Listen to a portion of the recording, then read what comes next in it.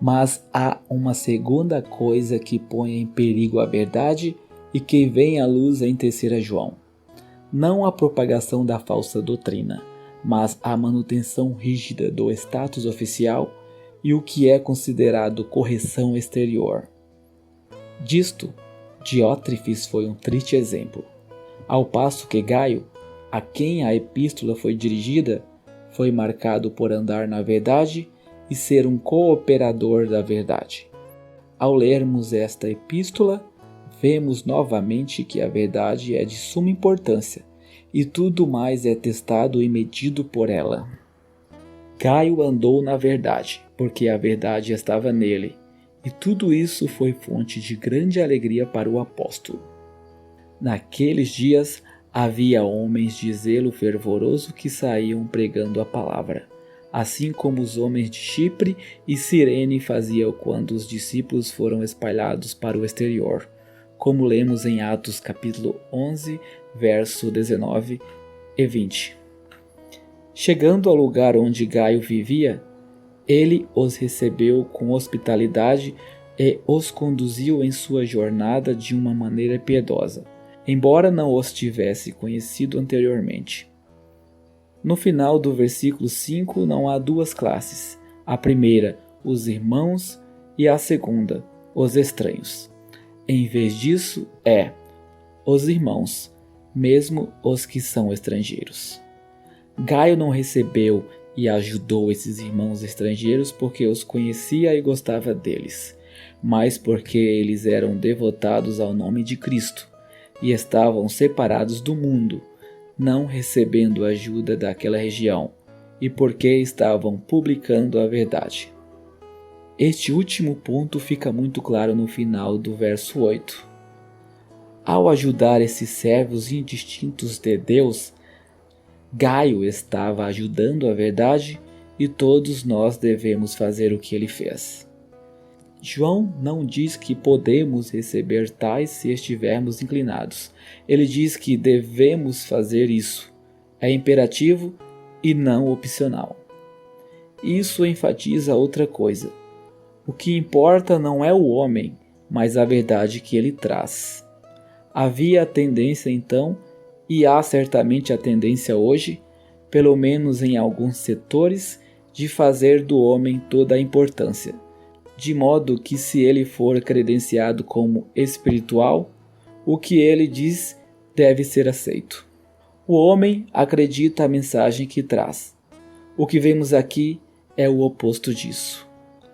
A mensagem da verdade que é trazida credencia o homem que a traz.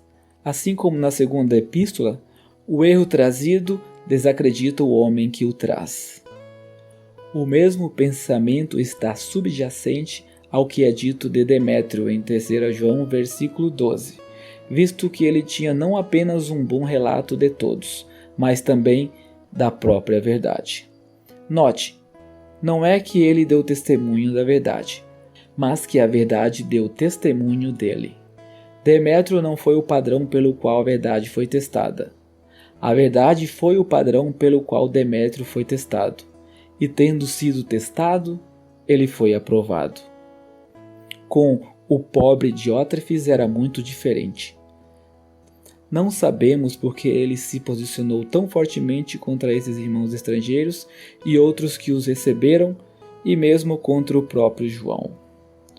Pode ter sido o surgimento do clericalismo, zelo excessivo por pontos imaginários de ensino ou procedimento e assim por diante.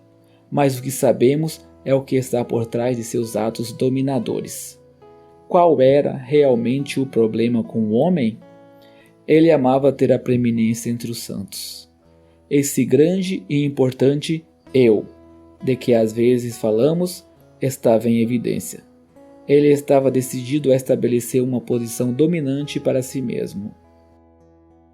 Como o apóstolo, condenamos Diótrefes, mas não nos esqueçamos do fato que nos confronta em Jeremias capítulo 5, verso 31.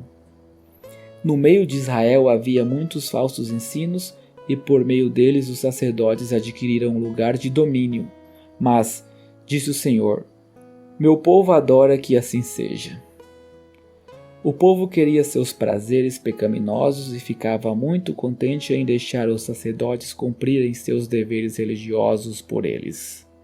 Isso foi reconstituído na história da Igreja. E um poderoso diótrefes moderno pode ser bem-vindo, mesmo para os santos, se eles desejam evitar o exercício pessoal de coração e viver uma vida semi-mundana e tranquila. O fato é que a história se repete. Isso acontece porque as tendências humanas são sempre as mesmas.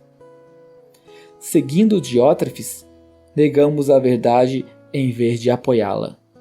Grande é a verdade e, no final das contas, ela prevalecerá.